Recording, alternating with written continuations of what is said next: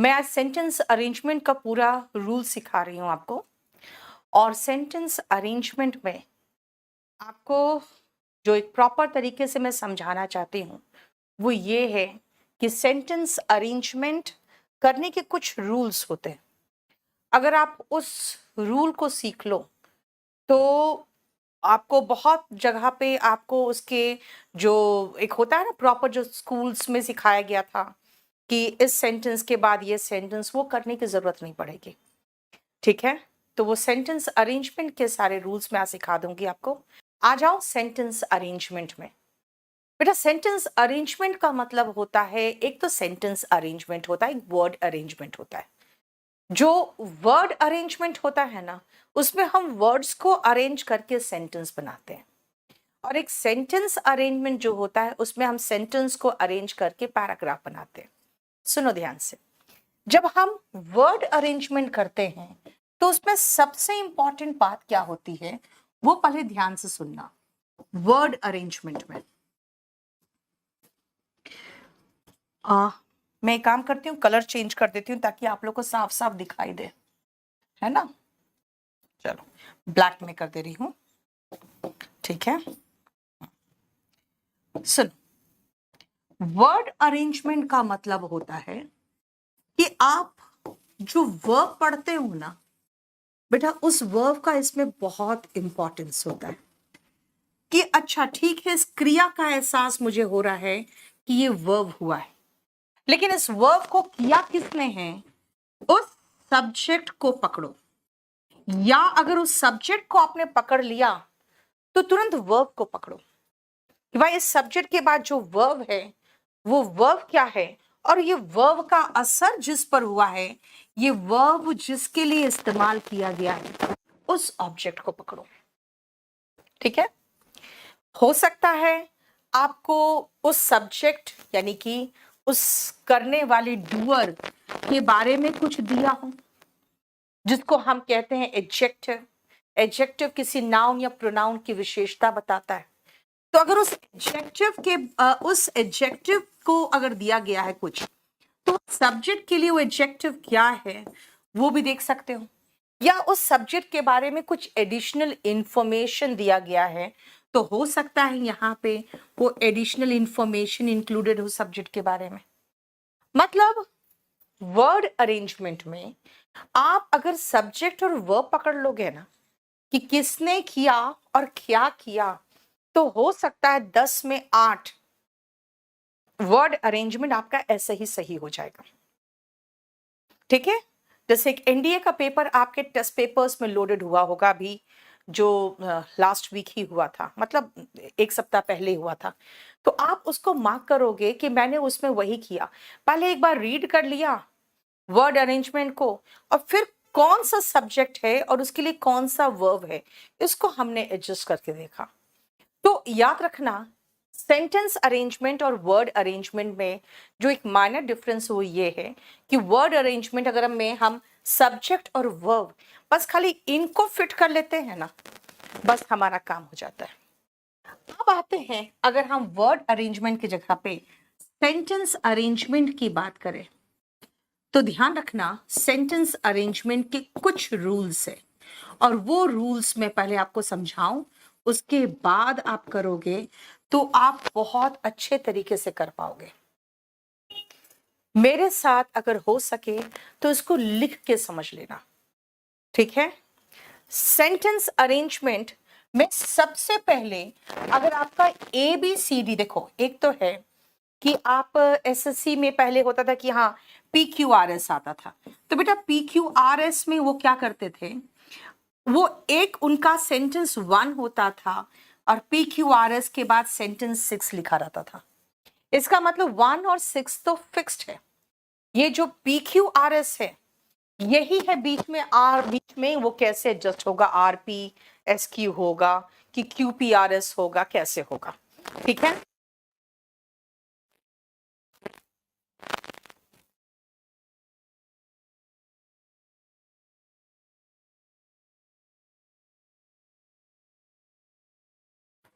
ठीक है। अब आओ, अगर आप ABCD का देख लो, तो आजकल का जो जमाना में ABCD के फॉर्म में आने लगा है, वो ABCD का जो फॉर्म में आता है उसमें आपको 1 और 6 नहीं दिया होता है। बीच में ABCD का जो आने लगा है अभी, अब शुरू हो गया है, इसमें क्या है, आपको BCAD होगा कि CBAD होगा बस। यानी कि सबसे पहले आपको इंट्रोडक्टरी वर्ड भी खोज के निकालना पड़ेगा।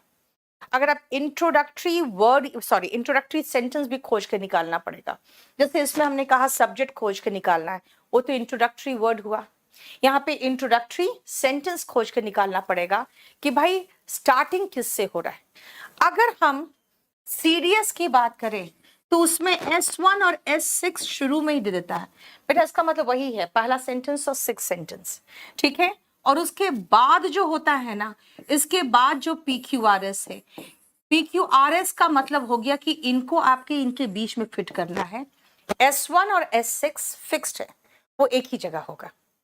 आप मेरी बात सुनो, सेंटेंस अरेंजमेंट आपको इस तरह से देखना है, वर्ड अरेंजमेंट अलग होता है, सीडीएस में ये अलग अलग आता है, लेकिन एसएससी में ये सब मिक्स होके आता है। मैं आपको सबसे पहले ध्यान से देखो, मैं आपको कुछ रूल्स दिखाऊंगी, ठीक है, कुछ रूल्स दिखाऊंगी ताकि आप सेंटेंस अरेंजमेंट कैसे करोगे ये समझने की कोशिश करना। सबसे पहले सेंटेंस अरेंजमेंट में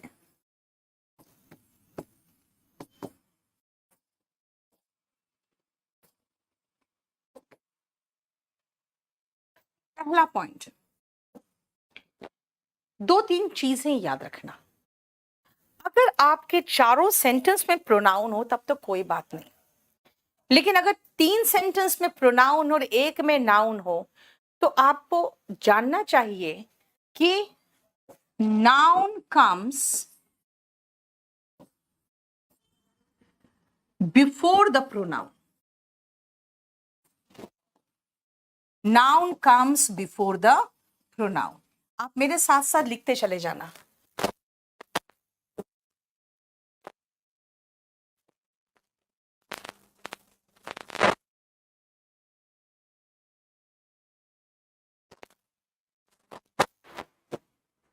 noun comes before the pronoun, ठीक है। इसका मतलब क्या हुआ कि नाउन आएगा उसके बाद ही प्रोनाउन आएगा। दिस मीन्स आपको ध्यान रखना है कि भाई pronoun replaces noun, pronoun noun को रिप्लेस करता है। पहले नाउन आएगा फिर प्रोनाउन आएगा, ठीक है।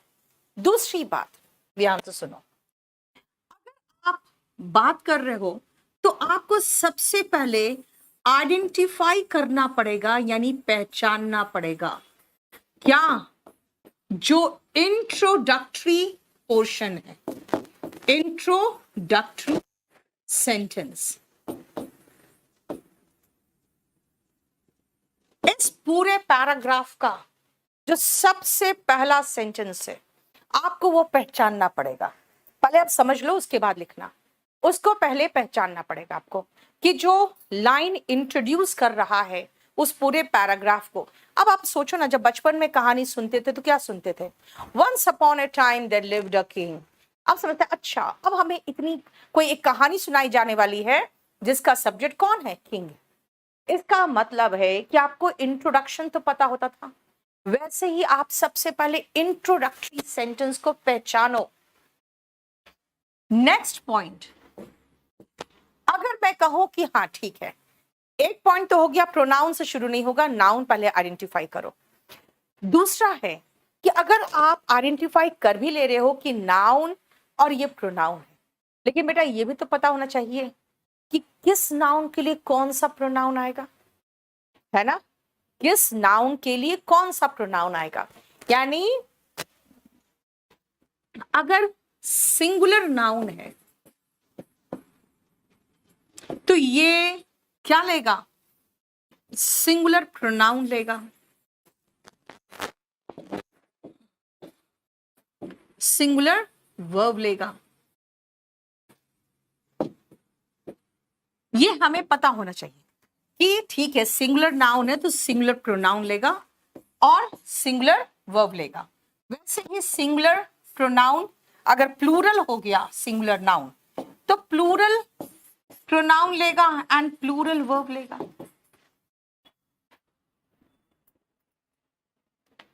राइट? समझ में आया? ये है आपका 3 पोर्शन है जो आपको आइडेंटिफाई करना चाहिए। नेक्स्ट पॉइंट बहुत इंपॉर्टेंट है, बहुत ही इंपॉर्टेंट। बेटा कंजंक्शन का काम क्या है? सुनो ध्यान से। कंजंक्शन क्या होता है? कंजंक्शन का डेफिनेशन होता है जॉइनिंग वर्ड। जॉइनिंग वर्ड मतलब जो जोड़ता है। अब एक बात बताओ, जो जोड़ने का वर्ड है वो शुरू में क्या करेगा? कुछ नहीं कर सकता। लेकिन मैं आपको ना कंजंक्शन पढ़ा रही हूं ना ही मैं और कुछ चीज पे पढ़ा रही हूं आपको। तो मैं एक काम करती हूँ, मैं कोशिश यही करती हूँ कि जितने ऐसे सारे वर्ड्स है वो सारा इकट्ठा लिख दूं और बता दूं देख लो ये शुरुआती सेंटेंस में नहीं आना चाहिए, है ना? क्या कहूं मैं? ये सारा इकट्ठा लिख दूं, जैसे and, also, therefore, hence, that's why.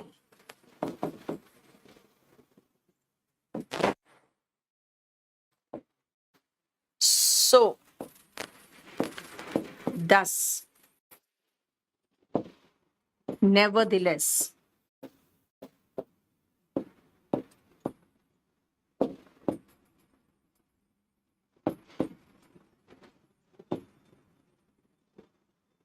ठीक है?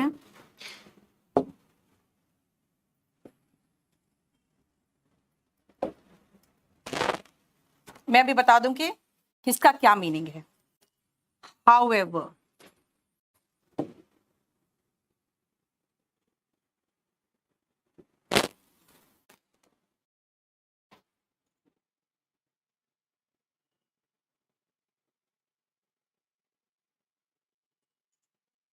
अब एक काम और करना, अभी मैं आपको जो कराऊंगी ना इसको थोड़ा सा और स्पेस छोड़ देना। क्यों? क्यों थोड़ा सा स्पेस छोड़ोगे? और क्योंकि हो सकता है ये लिस्ट अभी और बढ़ेगा, है ना? मैं ये कहना चाह रही हूं कि ये सारे जो वर्ड्स है cannot come at the beginning of a sentence.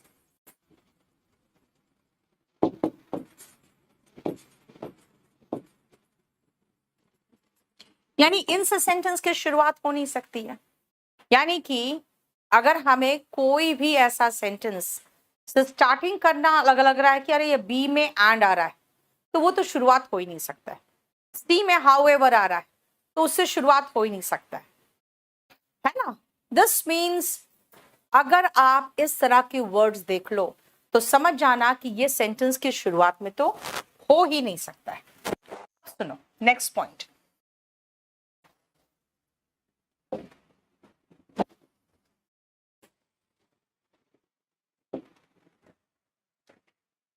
Next point ध्यान से सुनना बेटा। अगर मैं कहूं कि एक किसी के बारे में मैं बात कर रही हूं और मैं कहूं जैसे किसी अपॉर्चुनिटी के बारे में बात कर रही हूं, मैं किसी फैसिलिटी की बात के बारे में बात कर रही हूं, एक लाइन में लिखूं and this facility and this has led to. आप कहोगे and this has led to and this कौन है भाई? इनमें से कौन? तो आपको तुरंत पीछे जाना पड़ेगा कि भाई अगर दिस इस्तेमाल किया जा रहा है तो किसके लिए इस्तेमाल किया जा रहा है ना? अगर मैं दिस की बात कर रही हूं तो किसके लिए बात कर रही हूं? दिस फैसिलिटी बोल रही हूं तो किसके लिए बोल रही हूं? यानी कि आपको लिंक स्थापित करना आना चाहिए। कौन सा सेंटेंस के बाद कौन सा सेंटेंस आएगा वो लिंक आपको इस्तेमाल करना आना चाहिए। जैसे मैंने कहा, अगर मैं कहूं कि दिस हैज कॉस्ट तो आप कहोगे भाई ये दिस कौन है? दिस क्या है ना? तुरंत दिमाग में चाहिए कि भाई ये दिस है क्या? इसका मतलब है कि आपको लिंक का मतलब समझते हो ना, किसके बाद क्या आएगा? Identify the link. आपको लिंक स्थापित करना आना चाहिए। क्या कहा मैंने? आपको लिंक स्थापित करना आना चाहिए। मैं बेटा आपको 2020 का दे दूंगी, अभी मैं 2019 का एक सेंटेंस अरेंजमेंट आपको प्रैक्टिस कराऊंगी। लेकिन याद रखना, ये पूरा उतार लो। हो सकता है ये लिस्ट और बढ़ेगा, ये लिस्ट अभी और बढ़ेगा, क्योंकि अभी मैं जैसे जैसे सेंटेंस कराऊंगी ना, तो हो सकता है इसमें 2-4 रूल्स और बढ़ाऊंगी आपका। तो सबसे पहले आप इसको उतारो, और उसके बाद मैं अभी थोड़ी देर में आपको कराना शुरू करूंगी।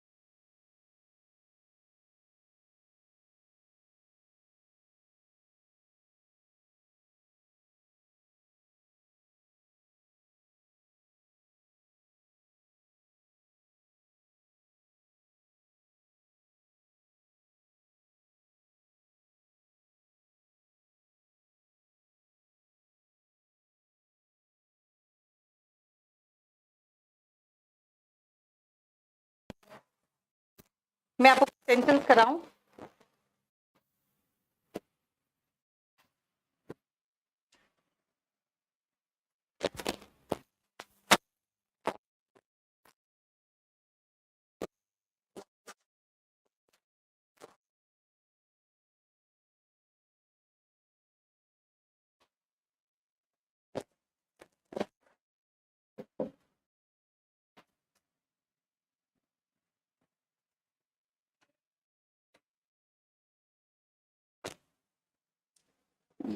ये क्या है?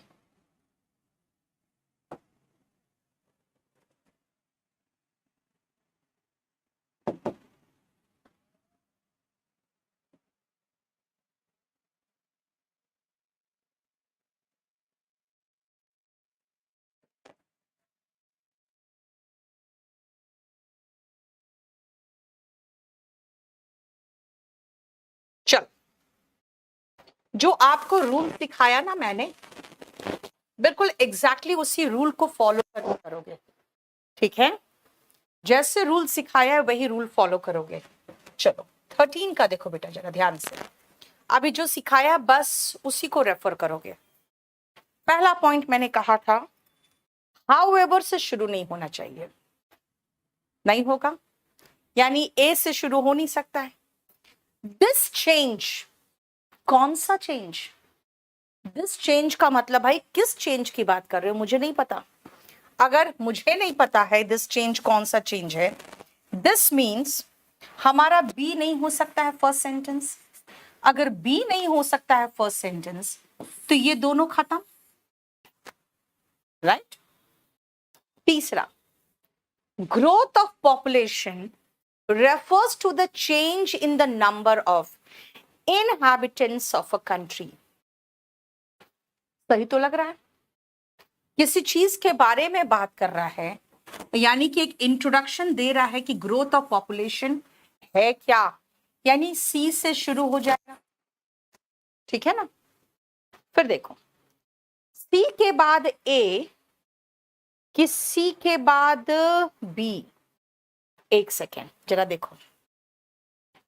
Growth of population refers to the change in the number of inhabitants. Growth of population can refers to the change in number. बेटा the change, this change, हमें सी के बाद बी ज्यादा अच्छा लग रहा है कि ग्रोथ ऑफ पॉपुलेशन का मतलब क्या है कि जो रहने वाले इनहैबिटेंट्स है, यानी वहां पे निवासी जो है रहने वाले, उनके नंबर में चेंज। अब दिस चेंज देखो लिंक किया मैंने, सी के बाद बी सही लग रहा है। अगर मुझे सी के बाद बी सही लग रहा है तो मैं एक चीज और दिखाऊंगी आपको, कह रहा है टू वेज फर्स्ट सेकेंड। देख रहे हो लिंक फिर से, टू वेज, कौन कौन सा two ways? First and second. B के बाद डी अच्छा लग रहा है, इसका मतलब है मेरा आंसर डी हुआ। देखो सी के बाद बी और उसके बाद डी। और एक चीज और, ये जो हाउएवर है ना, है ना, ये हाउएवर जनरली हम लोग अंतिम में ही लगाते हैं। खैर हाउएवर का मतलब जितना कुछ बात कर चुके उसके अलावा, समझ में आया? इस तरह से आपको देखना पड़ेगा। अब आते हैं, अगर मैं 14 नंबर बात करूं तो 14 नंबर 2 पेज में आ रहा है। एनीवे छोड़ो, 14 नंबर अगर 2 पेज में आ रहा है तो मैं अभी छोड़ के चलूंगी, ठीक है? चलो नेक्स्ट आते हैं। सब 2-2 पेज में आ जा रहा है। फिर से आ रही हूं मैं नेक्स्ट में। देखो ध्यान से, अगर मैं इसमें आ रही हूं, इतना आसान है बेटा, नेवरदिलेस से शुरू होगा नहीं, बट से शुरू होगा नहीं, सो से शुरू होगा नहीं। उसमें सो है हमारा, देखो तो उस लिस्ट में सो है, उस लिस्ट में सो है, सो देयरफॉर है, सो है, बिल्कुल सही है ना? सो है, इसका मतलब है कि हमारा इनमें से किसी से नहीं होगा, अब चेंज से शुरू होगा, है ना?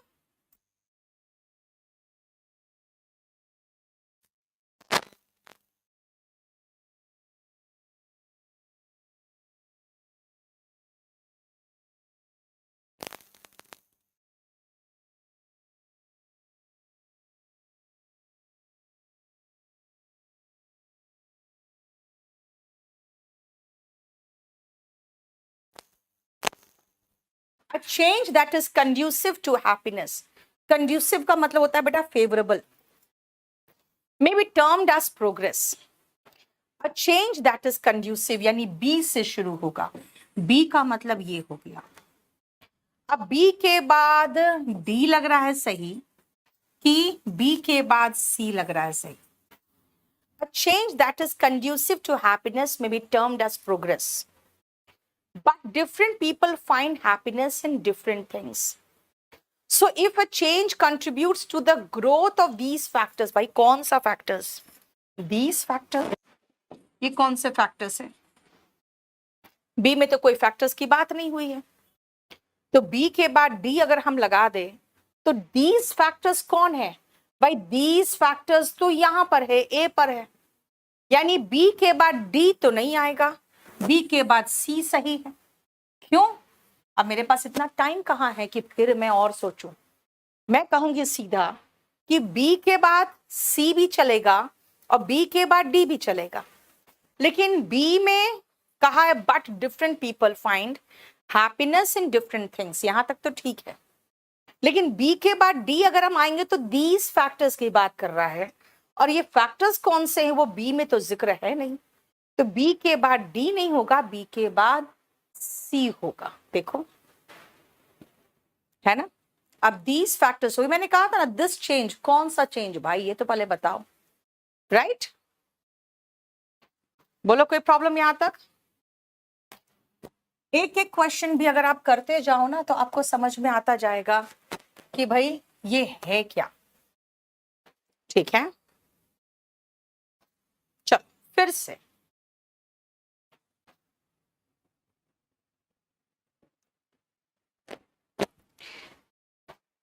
थर्टीन का आंसर खुद सोच के बताओ तो।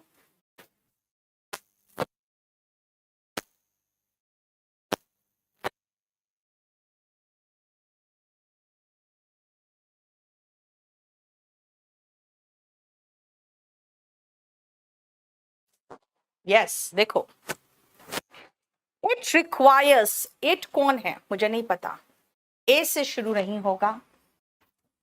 Truly strong personalities meet challenges of life bravely and face hardship with equanimity. Equanimity का मतलब होता है शांत दिमाग से, ये चलेगा। सी से शुरू नहीं होगा, डी भी स्टार्ट हो सकता था, क्योंकि फिजिकल स्ट्रेंथ की बात किया जा रहा है। अब देखो, एक चीज है, अगर हम देखें तो भाई truly strong personalities meet challenges of life bravely and physical strength is the ability to cope with a physically challenging task. मतलब जो शारीरिक स्ट्रेंथ होता है ना, वो एबिलिटी होता है जिससे आप फिजिकली चैलेंजिंग टास्क कर सकते हो। अब आप कहोगे भाई फिजिकली चैलेंजिंग टास्क है, यानी कि अगर हमको दे दोगे 100 kg का कुछ वेट उठाने के लिए, भाई मैं फिजिकली उतनी स्ट्रांग नहीं हो सकती, है ना? लेकिन स्ट्रॉन्ग पर्सनालिटीज लाइफ को ब्रेवली फेस करता है, लेकिन जिंदगी को ब्रेवली फेस करने की बात है वो मैं कर सकती। ये तो दोनों अलग अलग चीजें हैं। अब मैं कैसे जानूं किसके लिए क्या बात कर रहा है? चलो फिर कोशिश करती हूँ चेक करने का। इट रिक्वायर्स फिजिकल एंड्योरेंस, इसका मतलब है डी और ए लिंक्ड है। फिजिकली चैलेंजिंग टास्क करने के लिए आपको शारीरिक एंड्योरेंस क्षमता होनी चाहिए। शारीरिक क्षमता होगी तो फिजिकल स्ट्रेंथ वाला टास्क कर सकते हो। दिस मीन्स डी और ए एक साथ फिट होगा, डी और ए एक साथ फिट होगा, वो यहां पर है ना? दोनों फिजिकल है, देखो डी और ए, है ना? ये दोनों एक साथ फिट हो रहा है।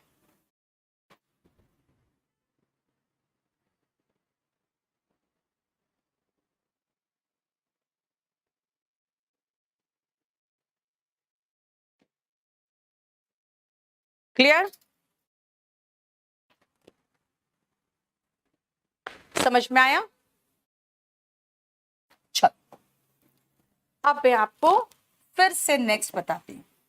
मैं एक एक क्वेश्चन भी कराऊंगी आपको समझ में आएगा कि मैंने आपको जो सिखाया है ना वो काम करने वाली चीज सिखाई है आपको। We are going to the market, where are you going? Okay, मुझे तो लग रहा है बी के बाद ए होगा। क्यों? कहां जा रहे हो अगर कोई पूछेगा तो आप जवाब क्या दोगे? We are going to the market. यानी बी और ए, बी ए और कहीं है नहीं, सिर्फ यहां है बस।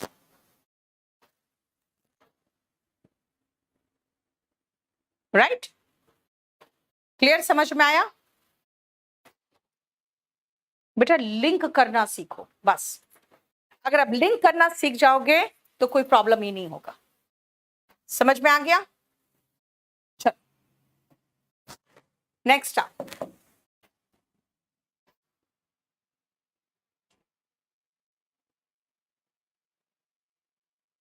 देखो,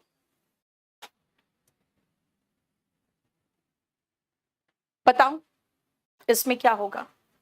जो मैं सिखा रही हूं बस उसी को कोशिश करो।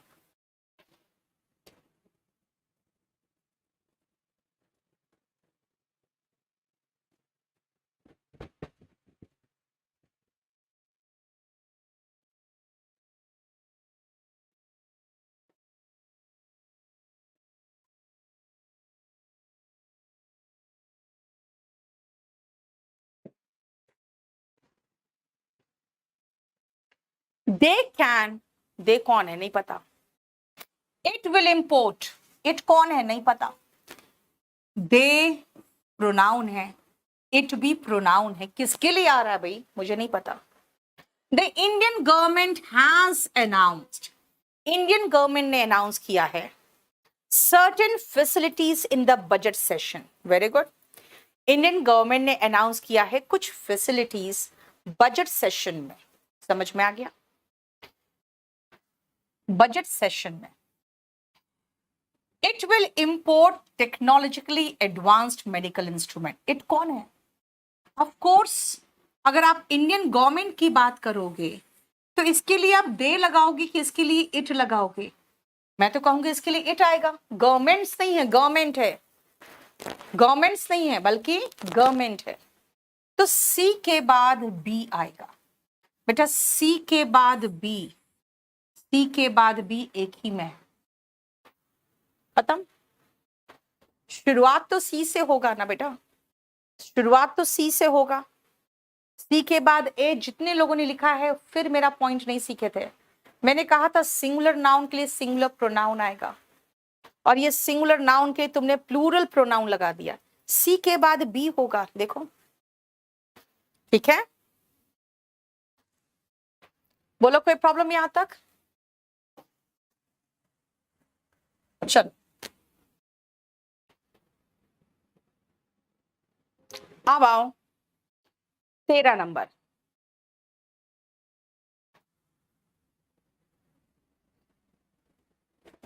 जल्दी करना।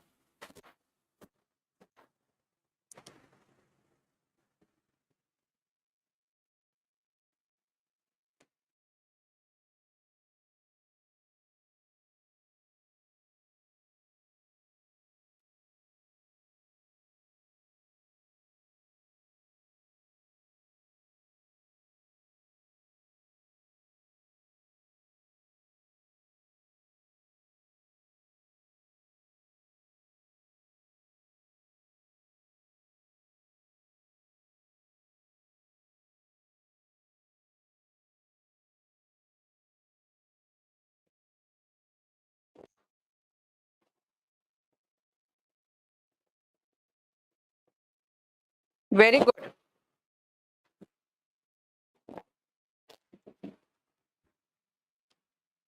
Upon returning from his travels, भाई कौन है जिसका ट्रेवल्स की बात कर रहे हैं कि वो रिटर्न हुआ? ट्रेवल्स नहीं पता। अब आओ, Vaikom Mohammad Basheer was a Malayalam fiction writer. Yes, ये रहा इंट्रोडक्टरी सेंटेंस। बी, अरे यार बी में तो सारे लोग बी में। अब बी के बाद सी, बी के बाद डी, बी के बाद ए। इसका मतलब इस तरह का सेंटेंस आपको कंफ्यूज करेगा। क्यों? एक तो पहला सेंटेंस पहचाने तो इसका मतलब सब में वही है। चलो फिक्शन राइटर है केरला से, फाइन ठीक है। उसके बाद he was forced to live in a house where his large family lived. Okay, the household was always noisy. Apart from family के members के according domestic animals भी बहुत सारे थे घर में, पालतू जानवर। सबसे पहले आप फैमिली की बात करोगे कि लार्ज फैमिली था, ठीक है ना।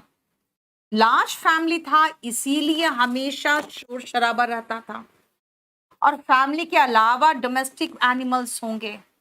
इसका मतलब है ये सब बात की बात है।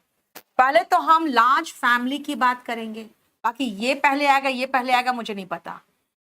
वापस जब आया वो तो वो फैमिली में रहा, जो फैमिली एक लार्ज फैमिली था। दिस मीन्स बी के बाद ए हमें सही लग रहा है, और वो थैंकफुली एक ही है ना। क्लियर? समझ में आया? बोलो। यानी सिर्फ एक ही सेंटेंस है,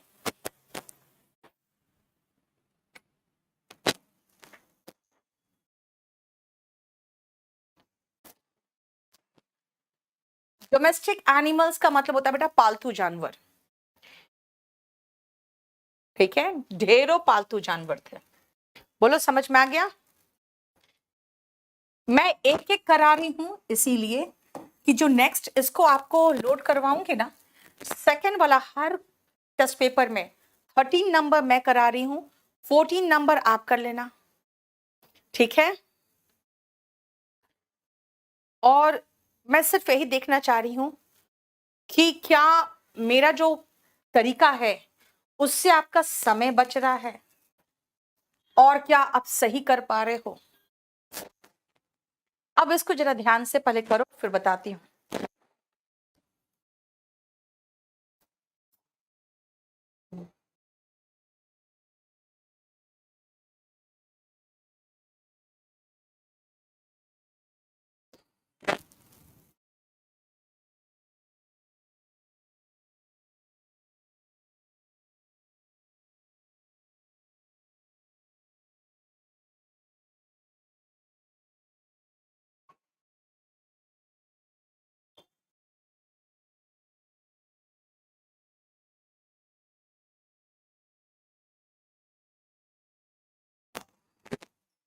हो गया? सुनो ध्यान से। Aesop was one of them। भाई them कौन है हमें नहीं पता, them कौन है ना, them कौन है पता ही नहीं चल रहा है। इसका मतलब है पहले हम ये तो देखें, Aesop was one of them, किनमें से? There were many talented people in ancient Greece। Aesop was one of them। अभी ही की बात करोगे तो भाई एक बार जब Aesop का जिक्र कर दोगे तब ना आप ही लगाओगे उसके लिए। There were many talented people in ancient Greece। Ancient Greece, प्राचीन ग्रीस में बहुत सारे टैलेंटेड लोग थे, प्रतिभाशाली लोग थे, और इसॉप उनमें से एक था। यानी सी के बाद ए, सी के बाद ए, है ना। आप कहोगे देम किसके लिए आया, तो भाई इन पीपल के लिए आया देम। समझ में आ रहा है? इस तरीके से आपको सेंटेंस अरेंजमेंट करना है। सेंटेंस अरेंजमेंट का जो ट्रिक है वो मैंने आपको बता दिया। ये सेंटेंस अरेंजमेंट का ट्रिक है जो मैं आपको बता रही हूँ।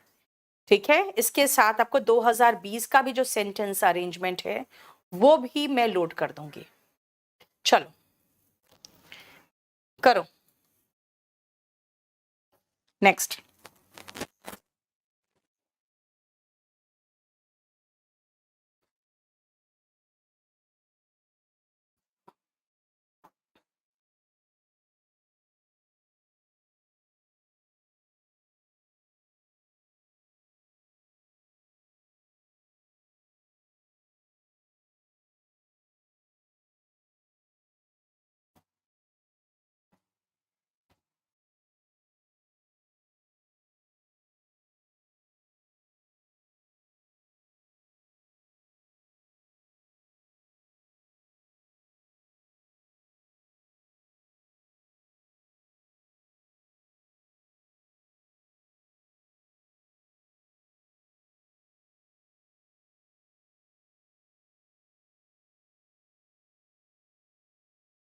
हो गया?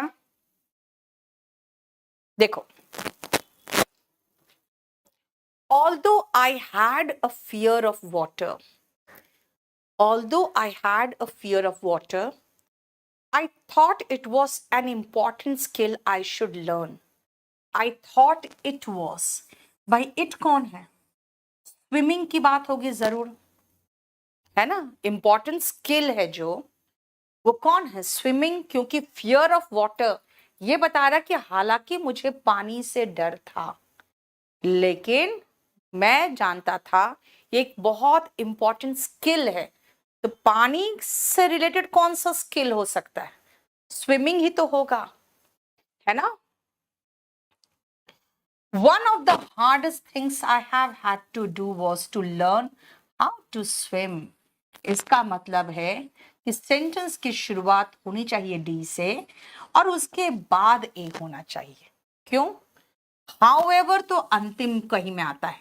I also thought, also भी बीच में शुरू में नहीं आएगा, है ना? I thought यानी कि मैंने सोचा, I also thought यानी ए के बाद ही सी आएगा, डी से शुरू होगा, फिर ए आएगा, फिर ए के बाद सी आएगा। देखो, है ना?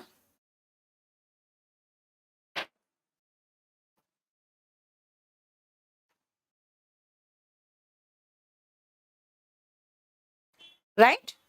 मैंने क्या कहा? पहला में ए मैंने पढ़ा, although I had fear of water, I thought it was an important skill. It कौन है? जरूर स्विमिंग होगा, क्योंकि ये ऐसा स्किल है जो सबको आना चाहिए, है ना? तो स्विम से रिलेटेड कहां है? यहां पर है। डी के बाद ए बिल्कुल फिट हो रहा है, और उसके बाद आई ऑल्सो थॉट।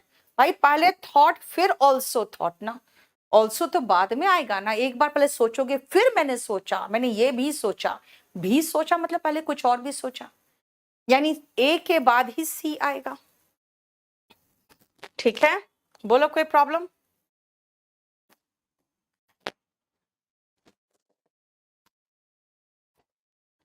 नेक्स्ट,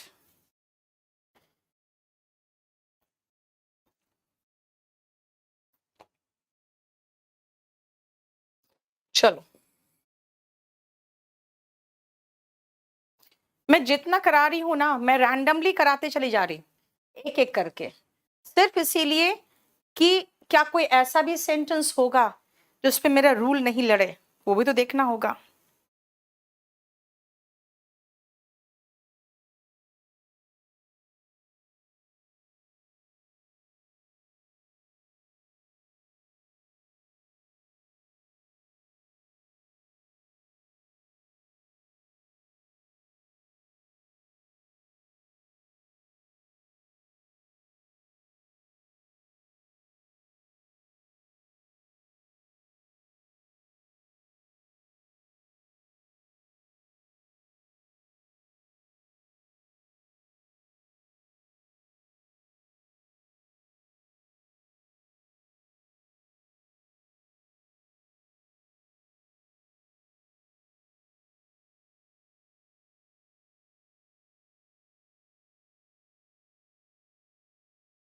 चलो,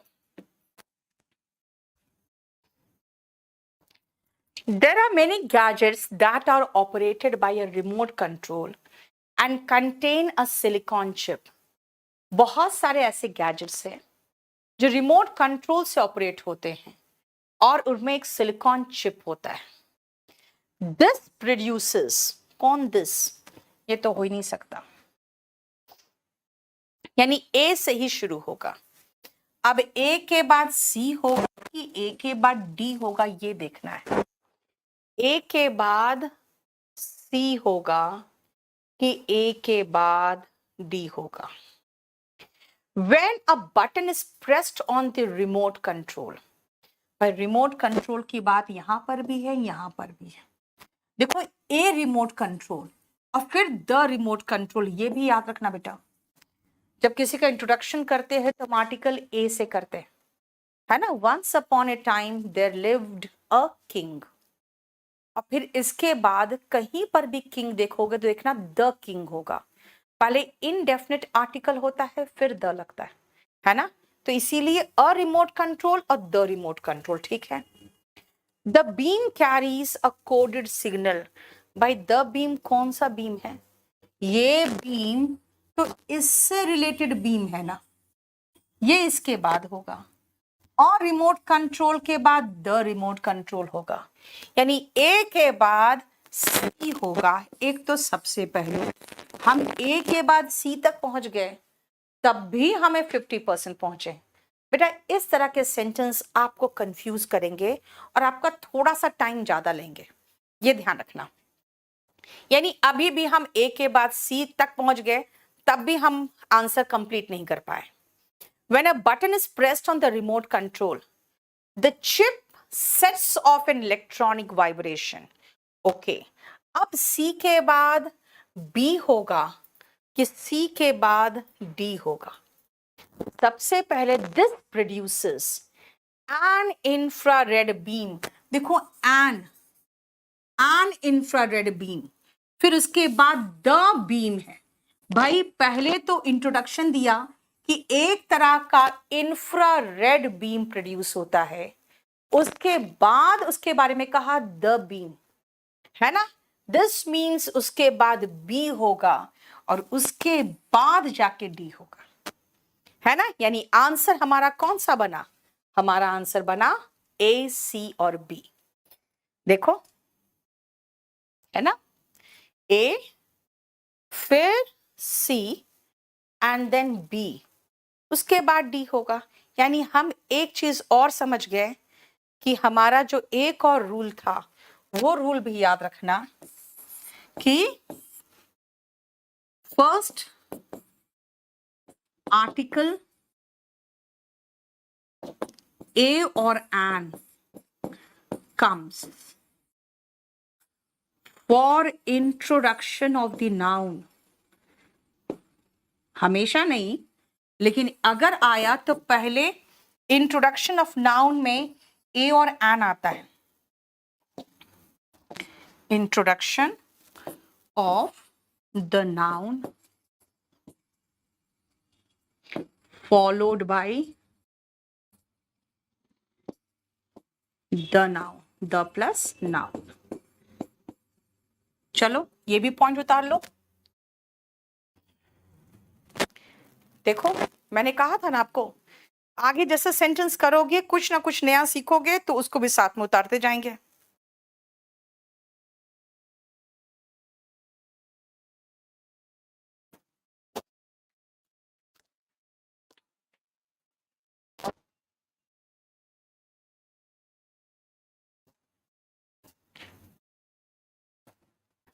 समझ में आया?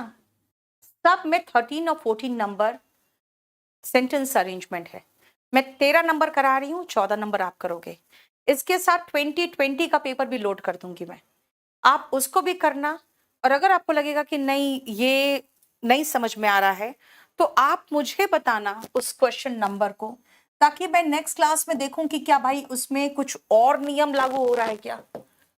ठीक है, क्योंकि बेटा मैंने ये तरीका इसलिए बता रही हूं कि इससे मेरा 99% सही हो जाता है और टाइम दुनिया भर का बच जाता है, क्योंकि इसमें 20 क्वेश्चंस आएंगे मेंस में, एसएससी मेंस में।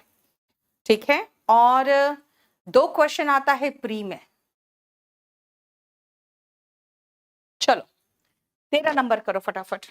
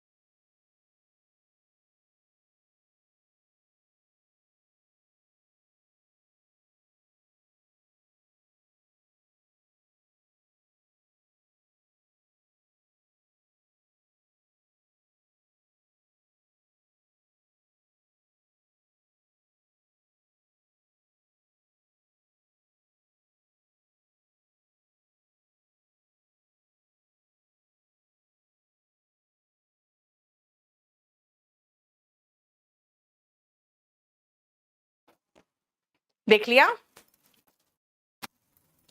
The mountain range, the mountain range, इसका मतलब माउंटेन के बारे में कहीं पर जिक्र होगा पहले ही। Napoleon had to cross the Alps in winter, आ गया माउंटेन, आल्प्स नाम है उसका। The mountain range was covered with snow, नहीं लग रहा है बिल्कुल सही है भाई, विंटर का जिक्र कर रहा है तो स्नो से कवर्ड है ना, विंटर का जिक्र कर रहा है, स्नो से कवर्ड है, और ये इम्पॉसिबल, इम्पॉसिबल है ना, इम्पॉसिबल, इम्पॉसिबल, सी और डी एक साथ है, बी ए और सी डी एक साथ है, सी डी एक साथ होना चाहिए जो यहां पर है, बाकी और कहीं है भी नहीं। सी डी एक साथ है लेकिन ये बीच में घुसा हुआ नहीं, सी डी एक साथ होगा, है ना, और बी और ए एक साथ होगा, तो कहीं भी ऐसा नहीं है, बस एक ही जगह है, दैट इज, देखो, है ना, क्लियर।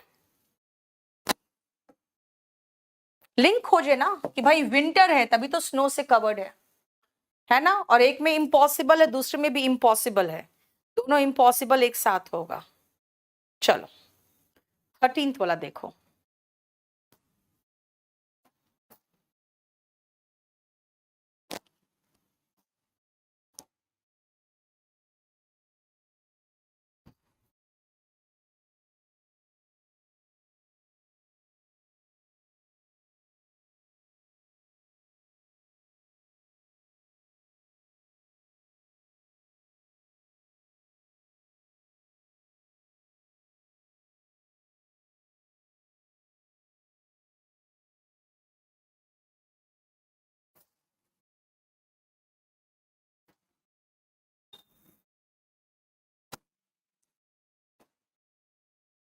हो गया।